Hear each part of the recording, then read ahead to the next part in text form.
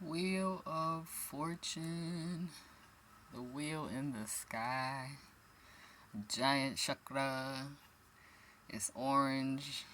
I mean, it could be the sex chakra, a symbol of the soul, um, the human, coming through the portal, to go around the wheel of incarnation. So, this wheel's got a lot of interesting symbols and letters. We could see tarot spelled out. And then we have the same Hebrew letters that are on the angel in, what is it? Temperance, right? Those letters are on his chest. So the name of God, the Hebrew God, Yahweh. We also have some Egyptian symbolism mixed up in there, and also Christian symbols. Okay, so according to Liz Dean in the Ultimate Guide to Tarot, I recommend checking it out because it's very, very informative. She says that these are actually the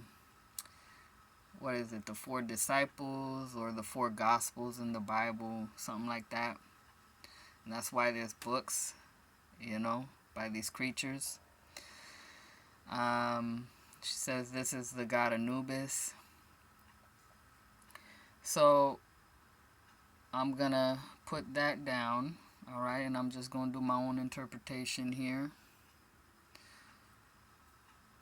Because anyway, she says it better in her book. And with tarot, there's a lot of history in this particular deck with the religions, the Roman Empire, things that happened historically.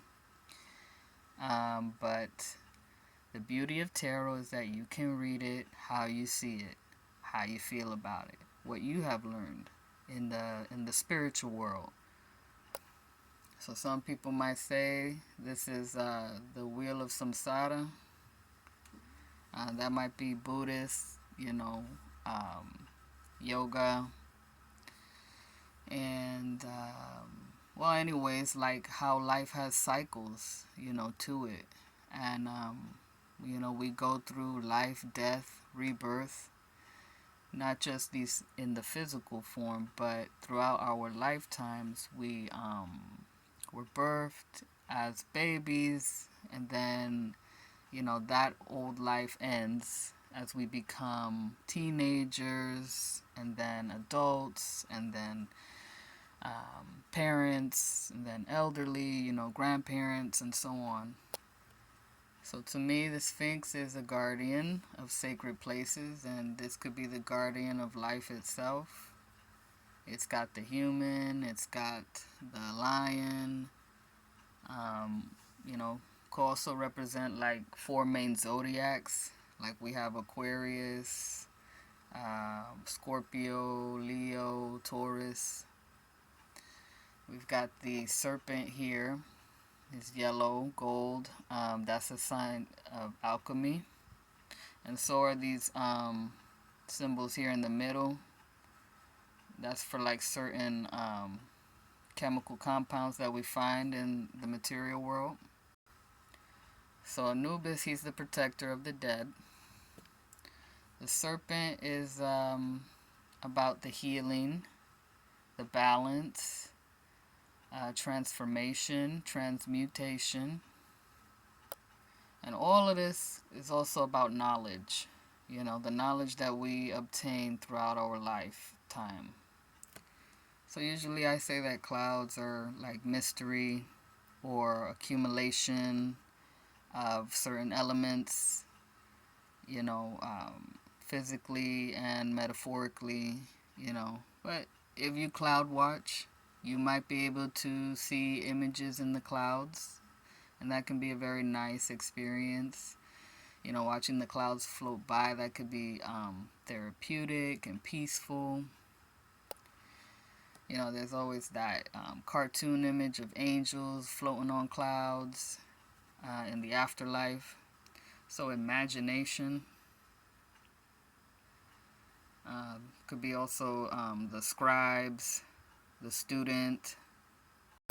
This lion, he looked like he's reading for entertainment.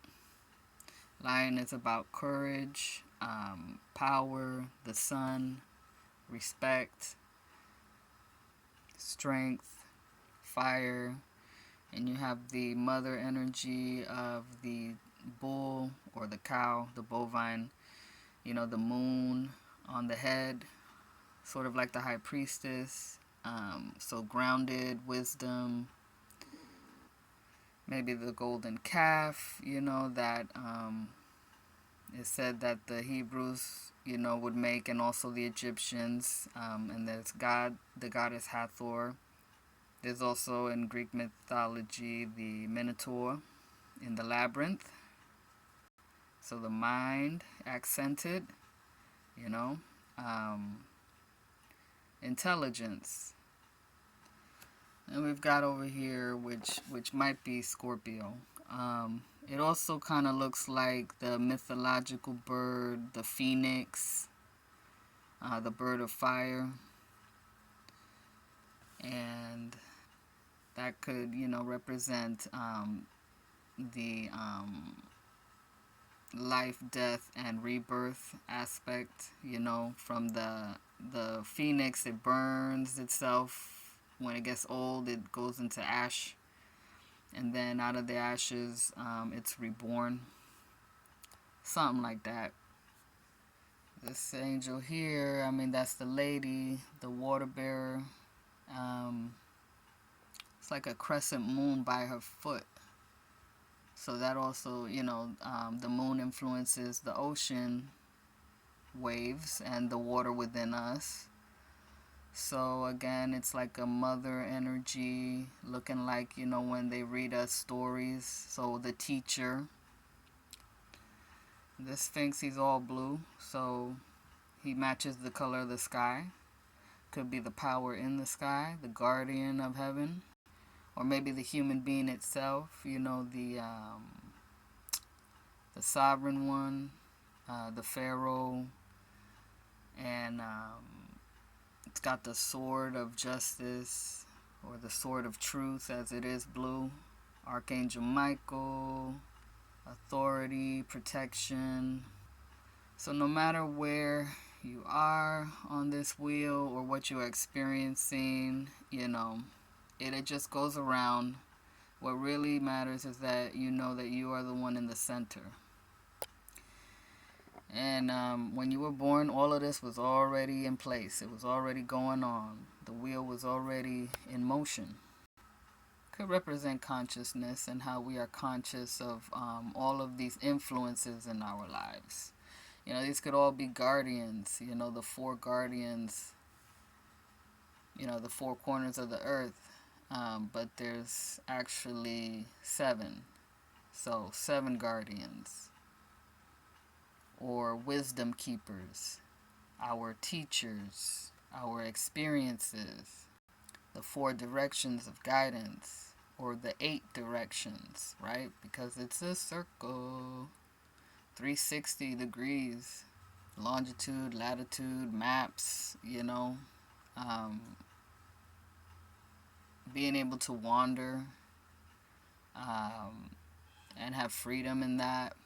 Not getting too serious about it because, look at it. It's a wheel. You don't let it frustrate you by going round and round and feeling stuck, although that is also part of our experience in the wheel. But all in all, remember that we are seeing everything plus the wheel. So who is the one that is observing? Who is the one who perceives it? Who sees it? Who's experiencing it? We should ask ourselves these questions because our friends here, they know, and they want you to know. So what do you think? How do you feel? What are you seeing? It's magical. Number 10. 1 and 0, the origins, the beginning, the leader. You are that. I am that. We are that. One coming through the portal, one going out. Mystery. The Creator. Alright now. Thank you so much for listening, and I hope y'all have a blessed night.